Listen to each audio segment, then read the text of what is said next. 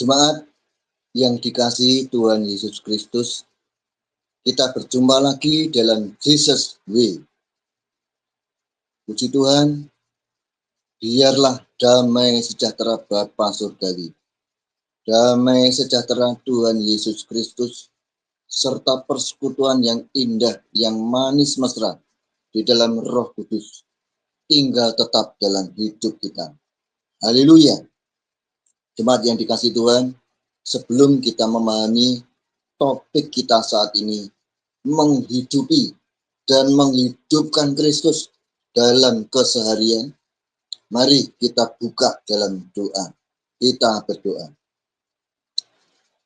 Segala puji, syukur, hormat, dan kemuliaan bagimu ya Bapa Surgawi, bagimu ya Tuhan Yesus Kristus, bagimu ya Roh Kudus.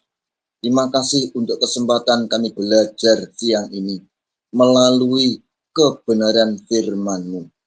Kami mengundang hadirat Roh Kudus tinggal, masuk, bertahta di hati kami, di pusat hidup kami. Sehingga ketika firman Tuhan datang kepada kami dengarkan, kami mengerti oleh karena Roh Kudus. Ketika firman-Mu memberikan perintah kepada kami melakukannya sesuai dengan arahan Roh Kudus di hati kami. Silahkan Bapak, Engkau berfirman, kami telah siap mendengar firman-Mu. Dalam nama Tuhan Yesus Kristus, kami berdoa dan mengucap syukur. Haleluya. Amin. Kita pelajari bersama, tetap kita belajar dalam surat Rasul Paulus. Surat Rasul Paulus kepada jemaat di Filipi 4 ayat 8 sampai 9. Filipi 4 ayat 8 sampai 9. Begini firman Tuhan.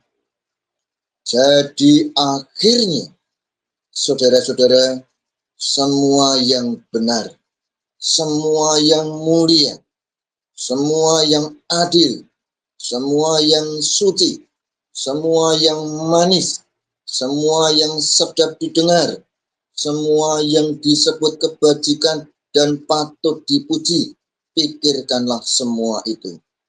Filipi 4 ayat 9. Dan apa yang telah kamu pelajari, dan apa yang telah kamu terima, dan apa yang telah kamu dengar, dan apa yang telah kamu lihat padaku, lakukanlah itu. Maka Tuhan sumber damai sejahtera akan menyertai kamu. Sedemikian jauh pembacaan firman Tuhan, saudaraku. Yang berbahagia ialah setiap kita yang mendengar sabda Tuhan ini, kemudian merenungkan dalam hatinya, menyimpan dalam hatinya, kemudian saatnya melakukannya dalam kehidupan sehari-hari. Tema kita saat ini menghidupi dan menghidupkan Kristus dalam keseharian. Tentu kita ingin belajar latar belakangnya Paulus menulis surat Filipi ini.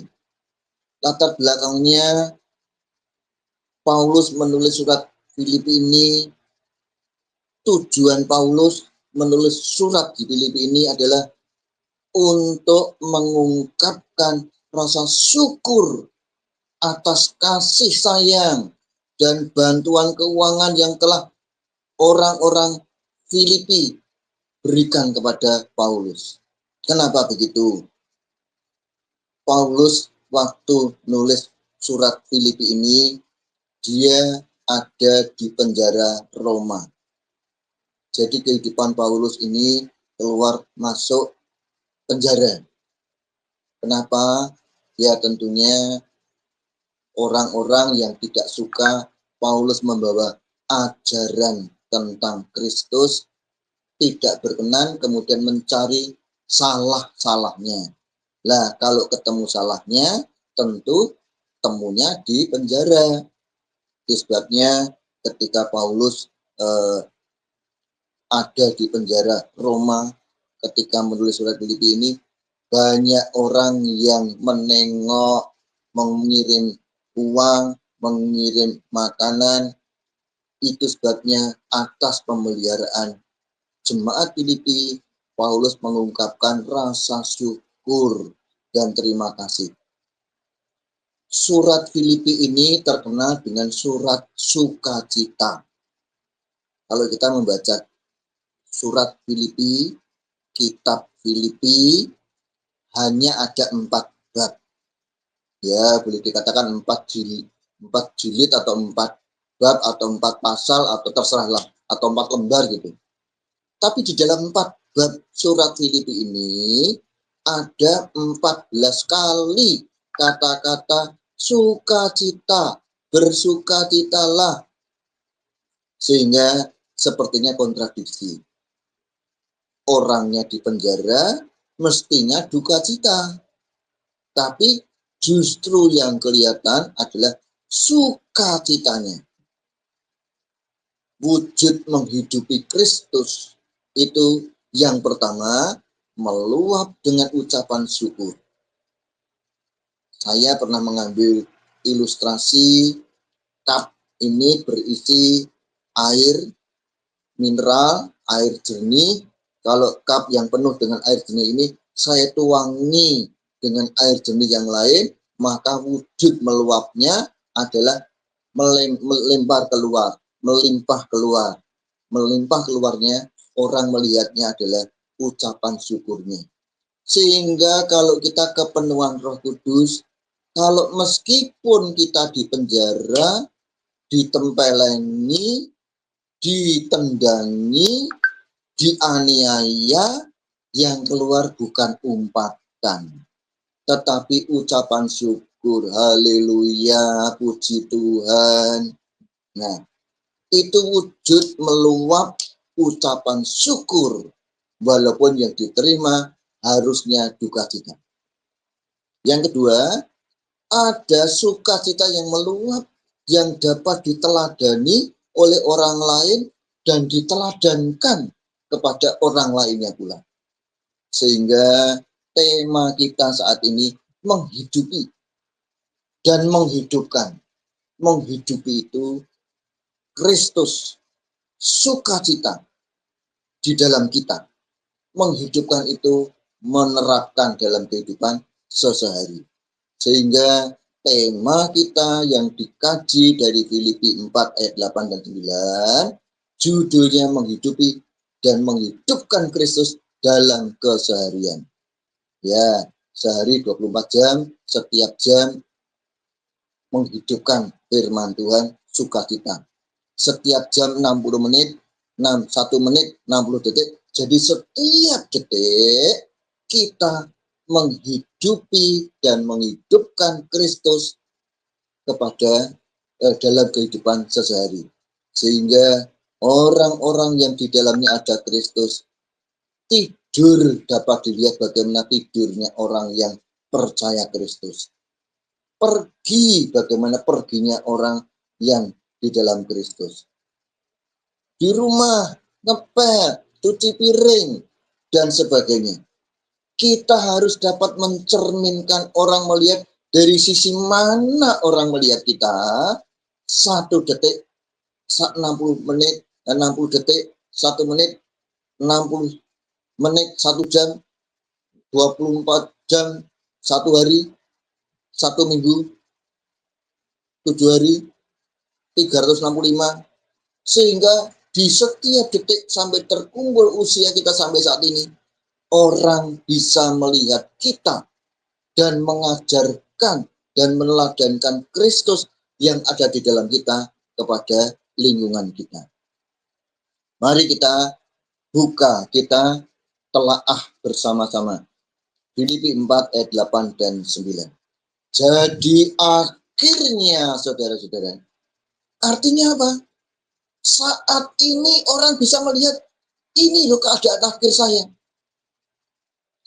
Entah ketika saya sedang ngomong seperti ini, atau saya sedang di kelas sebagai dosen, ataukah saya sedang di luar kelas sebagai ikut bersama mahasiswa, saya nyapu latarnya, membersihkan bersama-sama.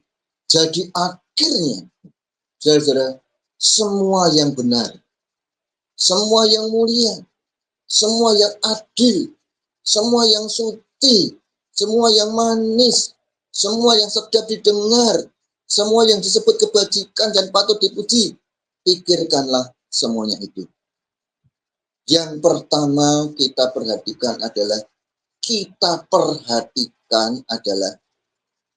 semua perkataan yang tadi saya sampaikan, disampaikan oleh firman Tuhan, Filipi 4 ayat 8 tadi, semua positif. Jadi bagi pengikut Kristus, 1 detik, 365 hari, setahun, sampai usia kita saat ini, orang mestinya melihat kehidupan kita, kehidupan yang berkenan kepada Tuhan. Mari kita memeriksa diri. Orang yang ngomong ini apakah sepenuhnya memang saya berusaha untuk hidup dengan benar, sesuai dengan standar firman Tuhan. Itu ingin saya. Tetapi keinginan saya ini berkenan kepada Tuhan, tetapi tentu tidak berkenan kepada hantu.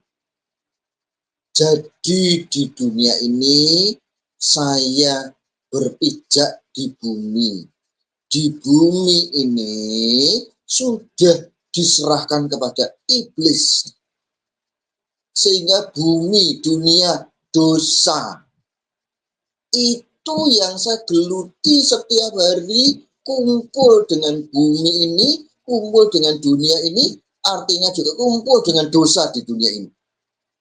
Nah, lantas keinginan saya untuk semua yang benar, semua yang mulia, semua yang adil, semua yang suci, semua yang manis, semua yang dapat didengar, semua yang disebut kebajikan, semua yang patut dipuji, pikir karena semuanya itu memang bisa kalau kita memikirkannya tok. Tetapi ketika kita mau melakukannya, yang benar menjadi yang salah. Yang mulia menjadi yang memalukan. Yang adil menjadi yang tidak adil. Yang suci menjadi yang cemar. Dan seterusnya. Itulah kehidupan saya. Yang inginnya akhirnya saudara-saudara. Tetapi saya harus realistis. Kenyataan yang ada.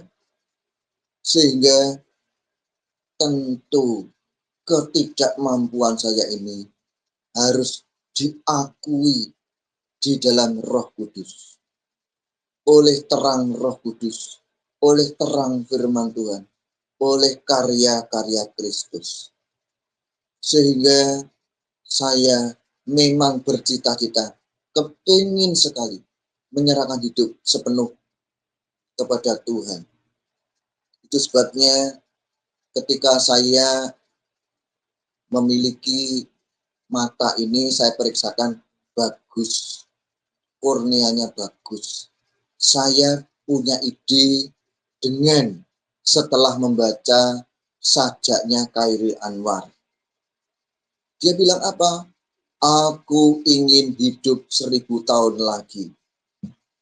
Mungkinkah? No. Kalau hidup menurut Alkitab 70 tahun, kalau kuat 80 tahun, yang kemuliaannya, kesengsaraannya tidak mungkin.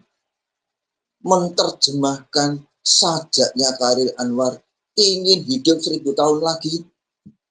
Saya dengan mata yang ada ini, saya ingin mata ini hidup 1000 tahun lagi walaupun raganya tidak mungkin.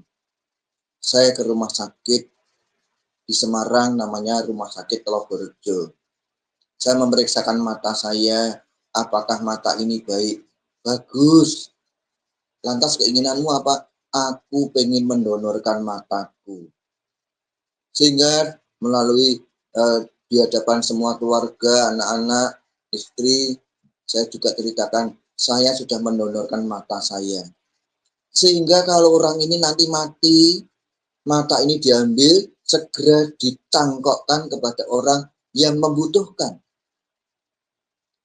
Anak-anak saya protes, lupa lah nanti matanya jadi bolong. Enggak, nanti matanya diganti mata lain. Mata tiruan yang sama plek dengan mata ini. Sebab saya katakan, mata ini dibutuhkan oleh orang-orang yang masih hidup. Sedangkan Bapak sudah pulang ke rumah Bapak sana, sudah tidak butuh mata jasmani ini. Nanti menjadi mata baru di sana. Nah, apakah bisa hidup 1000 tahun? Bisa.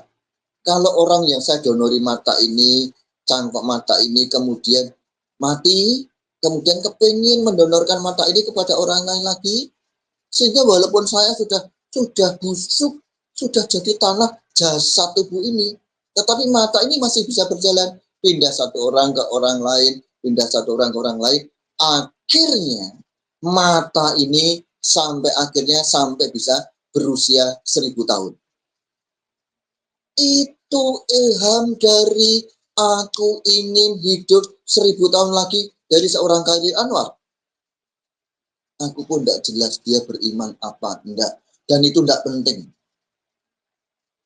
Beriman apa tidak penting. Yang penting beriman apapun, tapi hidupnya berdampak. Salah satu dampaknya, sajaknya meresap dalam hidup saya.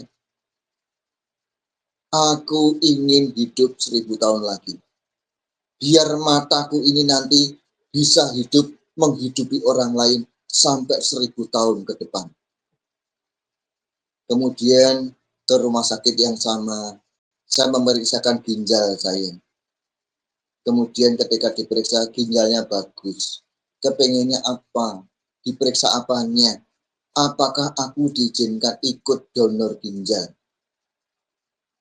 Sehingga ginjal ini aku juga ceritakan kepada anak, istri, dan keluarga. Kalau orang ada yang butuh ginjal, segera ambil. Kalau orang ini nanti berpulang, ginjal sudah tidak dipakai lagi. Demikian juga ginjal ini nanti donorkan kepada orang lain. Bisa hidup 1000 tahun lagi. Itu artinya menghidupkan orang lain dengan menggunakan apa yang bisa saya gunakan untuk dipakai orang lain hidup lebih lama lagi. Kemudian ayat yang berikutnya. Ayat yang ke-9, dan apa yang telah kamu pelajari, dan apa yang telah kamu terima, dan apa yang telah kamu dengar, dan apa yang telah kamu lihat padaku, lakukanlah itu. Jadi dari ayat ini apa? Setelah ayat yang ke-8 kita pahami, kita mengerti, siap kita lakukan, siap kita ajarkan. Akhir hidup seseorang bukan apa yang dilihat, tetapi apa yang dilakukan. Itu sebabnya namanya keteladanan. Bukan cuma omong doang, tetapi keteladanan. Pikirkan semua itu, kita pikirkan, kita lakukan. Apa yang dapat kita pikirkan, apa yang dapat kita tuliskan. Mulai berpikir, menulis karya buku, menulis, mengajarkan. Sehingga melalui apa yang saya terima, dapat dilihat, dapat diterapkan oleh orang lain lewat pengajaran. Kemudian, apa yang kamu dengar, apa yang telah kamu lihat padaku, lakukanlah itu. Itu artinya keteladanan melalui melakukannya. Iman tanpa perbuatan adalah mati. Oleh karena itu, Tuhan sangat menginginkan kita mempraktekkan iman kita. iman Kristus. Kalau kita pernah belajar pada yang lalu, kita belajar tentang karakter Kristus. Dan itu yang kita lakukan. Saat ini mari kita menjalani karakter Kristus. Dampak hidup kita dilihat orang lain, dipelajari orang lain. Kalau kita ingat di dalam filosofi Jawa, kita mendengar gajah dibelangkoni. Artinya bukan cuma ngojah, bukan cuma ngomong doang, tetapi melakukannya, mempraktekannya. Apa yang dilakukan inilah yang dirasakan orang lain. Belum lama anak saya masak, kemudian dia bilang, Pak, mbok dulu dicipi, ini masih kurang apa.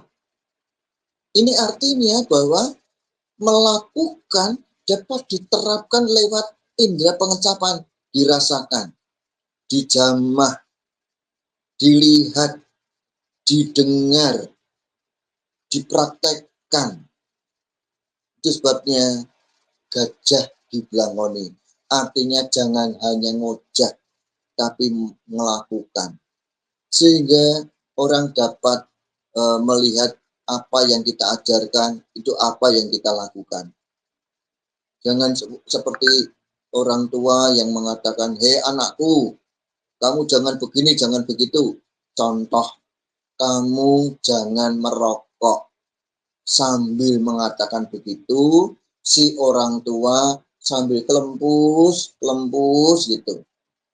Itu bukan keteladanan.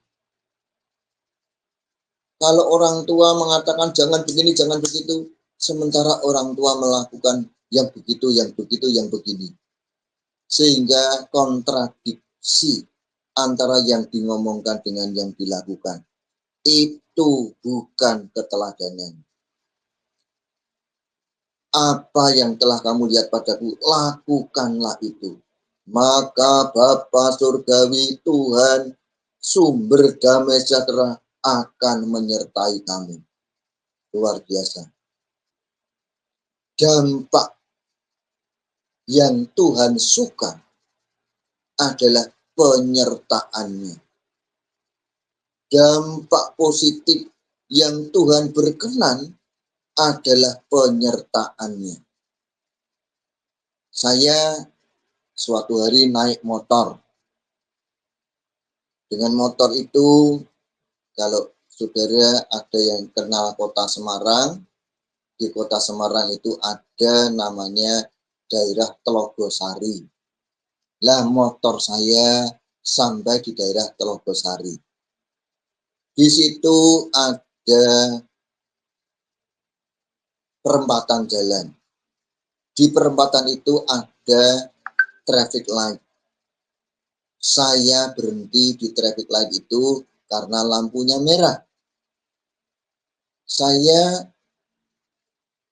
minggir, kemudian di sebelah kanan saya muncul Daihatsu sedan Cerit, kemudian ada di depan saya. Kemudian lampu berganti hijau, Daihatsu Cerit mulai melaju, saya juga mulai melaju. Pada saat saya mengikuti Daihatsu Cerit di depan saya, tiba-tiba saya terkejut. Karena apa? Di kaca mata saya menempel cairan, pelek. Saya kaget, kemudian saya pinggirkan motor saya, kemudian saya parkir di trotoar pinggir, karena tidak mungkin saya meneruskan perjalanan, karena cairan di kacamata saya cukup mengganggu. Ketika saya lihat, ternyata bukan cairan sembarang cairan, tetapi ludah. Saya pikir-pikir, ini ludahnya siapa? Pikiran saya sempit. Saya hanya mengatakan ini pasti sopirnya Daihatsu Cerit tadi. Timbul semangat muda saya.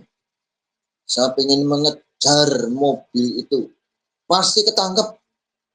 Begitu saya sudah kira-kira 100 meter melaju, pengen mengejar, pengen membunyi-bunyikan, kepengen mengumpat-umpati sopir yang kurang ajar itu. Kemudian saya ingat Tuhan Yesus. Begitu ingat Tuhan Yesus, ingat apanya? Ingat ludahnya. Ingat yang meludahi. Saya bertanya, berapa ludah yang diterima oleh Tuhan Yesus? Banyak. Berapa mulut yang meludahi Tuhan Yesus? Banyak. Lah saya, berapa ludah? Cuma satu. Berapa mulut? Cuma satu. Saya bertanya lagi, apa yang dilakukan Tuhan Yesus? Sambil saya pelan-pelan, saya pinggir, saya membayangkan Yesus mengatakan, Bapa, ampunilah mereka, karena mereka tidak tahu apa yang mereka perbuat. Saya malu ketika melihat Yesus yang diludahi banyak, diumpat-umpat banyak mulut. Dia malah mendoakan berkat. Saking malunya saya menunduk. Saya kemudian kacamata itu tak simpen, ludahnya saya usap dengan sapu tangan saya. Nanti sampai rumah akan saya cuci. Dan mulailah di trotoar itu saya berdoa.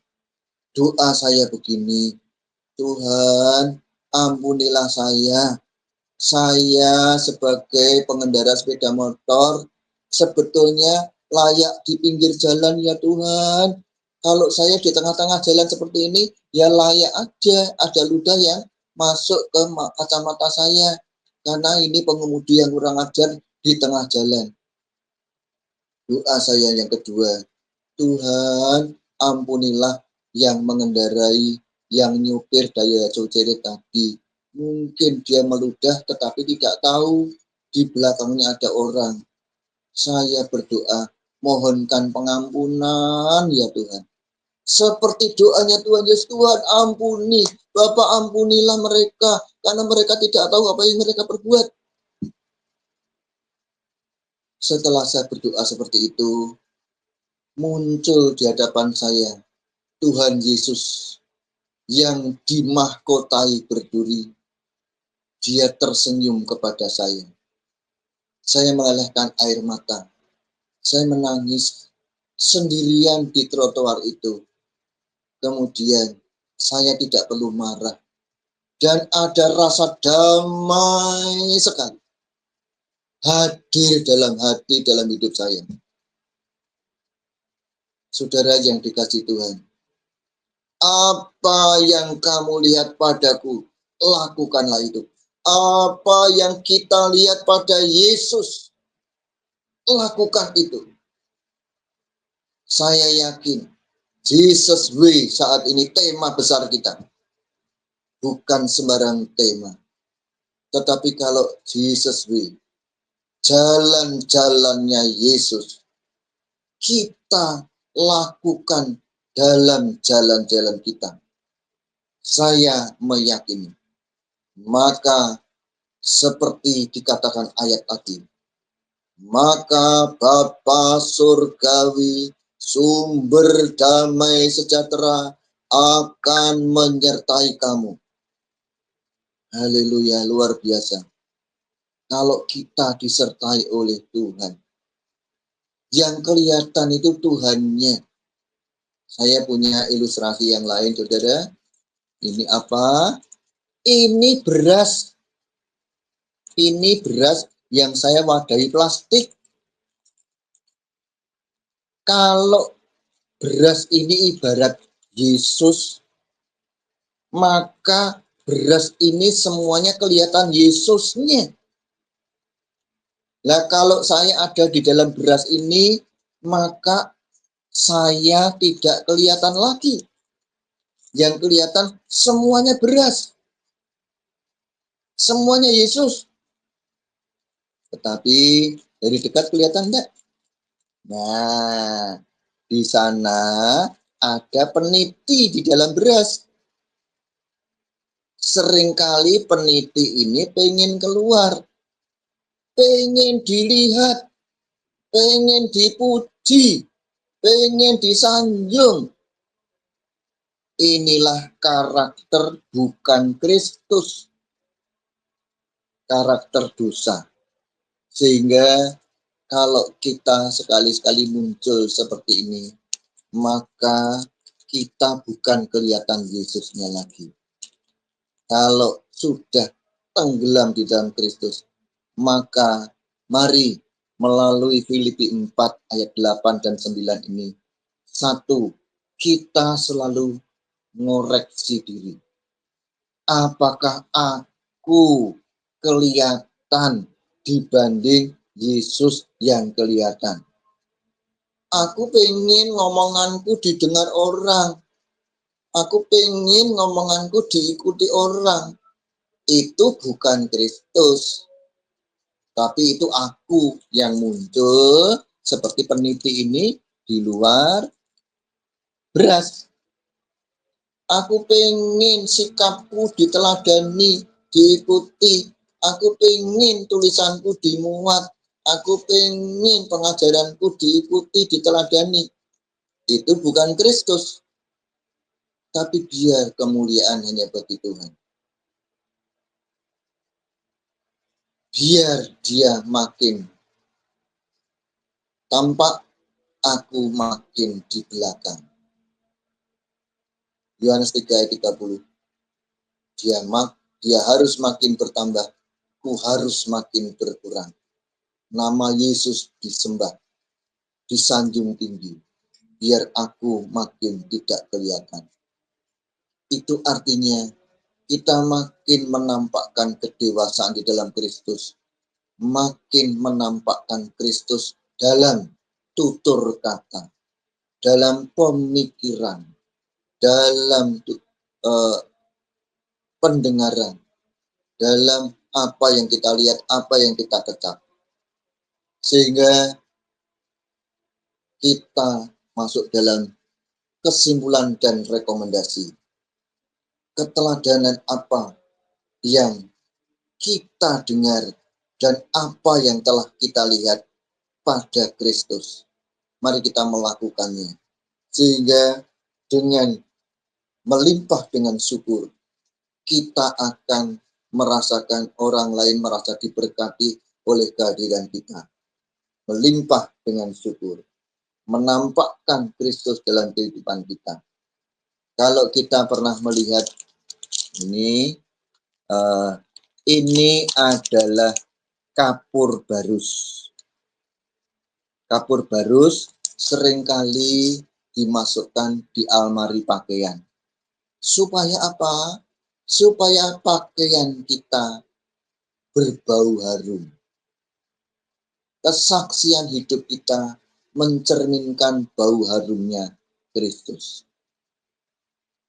Keteladanan kita tidak harus dilihat dari seberapa tua umur kita, tidak.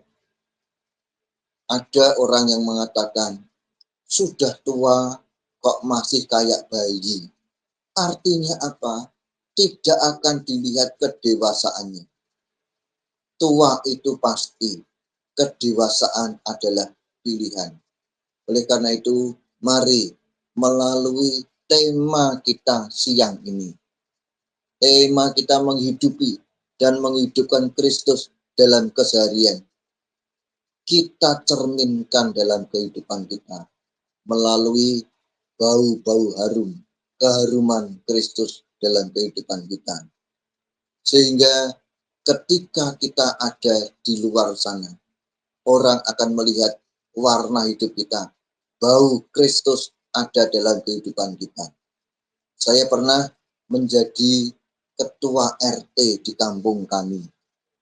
Ketika suatu pagi ada ketuk-ketuk pintu, saya buka, ternyata ada seorang ibu. Seorang ibu yang dia datang kepada Pak RT, karena sering ibu ini hadir dalam persekutuan Aikumene, maka saya temui sambil saya mengajak istri untuk menemui seorang ibu ini. Ternyata ibu ini berkata begini, Pak RT, saya ingin didoakan. Pak RT, ketika ada konflik perselisihan di rumah tangga saya, seringkali atas ketidaksabaran saya hanya ingin Pak RT mendoakan saya dengan mendapatkan sabar. Kemudian sambil bertiga, saya, istri, dan juga ibu ini, saya berdoanya begini, ya Tuhan, terima kasih ibu ini datang berkunjung ke tempat ini. Dia pengen didoakan ya Tuhan. Doa kami setelah ibu ini pulang pada pagi hari, berikan dia kesulitan ya Tuhan. Ketika pada siang hari, Tuhan berikan dia juga kesulitan ya Tuhan. Ketika malam hari, berikan, baru saya mengatakan berikan begitu, tiba-tiba ibu ini insight, nyetop saya, menghentikan doa saya. Pak RT, saya tidak ingin didoakan mendapatkan kesulitan. Bukankah saya minta didoakan pengen sabar? Nah, kemudian saya menjawab, Ibu, nah kalau Ibu pengen sabar, nah terus kalau tidak ada kesulitan, kapan sabar itu muncul? Oh gitu ya Pak RT. Nah, kemudian doa selanjutnya, setelah itu kita ketemu lagi dalam persekutuan Eikumene. Setelah itu dia kemudian mulai bersaksi. Dia mengatakan bahwa ternyata di dalam doa kami waktu itu, waktu kami hadir di rumah Pak RT, ternyata untuk dapat melakukan yang namanya sabar, orang harus diuji. Sehingga kalau kita tidak kepingin diuji, maka kita tidak akan pernah lulus. Hanya orang-orang yang mati, yang tidak ingin mendapatkan ujian. Hanya orang-orang yang mati, yang tidak kepingin mendapatkan keteladanan yang baik. Oleh karena itu, pada bagian ini, pada rekomendasi, kesimpulan dan rekomendasi, mari kita bertanya kepada diri kita sendiri. Yang pertama, apakah sudah tercermin kita meluap rasa syukur kita sampai orang lain melihat rasa syukur kita meluap dengan tulus, dengan kudus, dengan tanpa terpaksa. Yang berikutnya, apakah sepenuh kehidupan kita sudah menampakkan Kristus sepenuhnya? Kita tidak ingin tampil suara kita, kelihatan suara kita, sehingga disanjung oleh suara kita. Tidak kepingin muncul keakuan kita seperti ada di antara peniti di antara beras ini. Kemudian bagian yang terakhir, ini adalah kapur barus yang disimpan di dalam almari pakaian kita. Sehingga ketika almari itu keluar dari lemari, kita pakai, orang merasakan, menikmati, mencium bau harumnya. Harumnya Kristus, harum nama Kristus dimuliakan. Sehingga biar dia makin bertambah, aku makin berkurang. Sehingga karakter kita, hidup kita makin berdampak. Tema kita saat ini, menghidupi dan menghidupkan Kristus dalam keseharian. Biarlah hidup kita, keseharian kita, 1 detik, 1 menit, 1 jam, 1 hari, dan bertahun-tahun, orang melihat hidup dan warna hidup kita dihidupi, menghidupkan Kristus. Biarlah hidup kita diberkati, jadi berkat. Mari kita berdoa. Bapa di surga, kami bersyukur kesempatan yang Engkau berikan kepada kami memahami tema menghidupi dan menghidupkan Kristus dalam keseharian.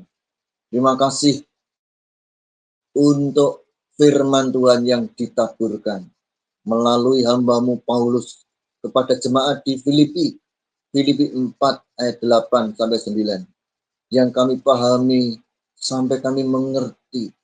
Jadi akhirnya saudara-saudara, semua yang benar, semua yang mulia, semua yang adil, semua yang suci, semua yang manis, semua yang sedap didengar, semua yang disebut kebajikan dan patut dipuji. Pikirkanlah semua itu. Dan apa yang telah kamu pelajari, dan apa yang telah kamu terima, dan apa yang telah kamu dengar, dan apa yang telah kamu lihat padaku, lakukanlah itu. Maka Bapa Surgawi sumber damai sejahtera akan menyertai kamu. Terima kasih Tuhan untuk penyertaan-Mu. Bila kami memahami dan melakukan firman Tuhan ini, sehingga inilah kami yang menyenangkan hati-Mu. Inilah kami yang mempopulerkan, yang mengharumkan nama Kristus dalam kehidupan kami. Tuhan, juga kami mohon ampun bila dalam menghidupi dan menghidupkan Kristus dalam keseharian ini banyak keterbatasan kami. Sehingga melalui tutur kata kami, melalui pikiran kami, melalui sikap hidup kami, tidak memperkenan hati Tuhan. Terima kasih untuk tema besar Jesus Way yang kami pahami saat ini. Dalam nama Tuhan Yesus Kristus, kami berdoa dan mengucap syukur. Haleluya. Amin.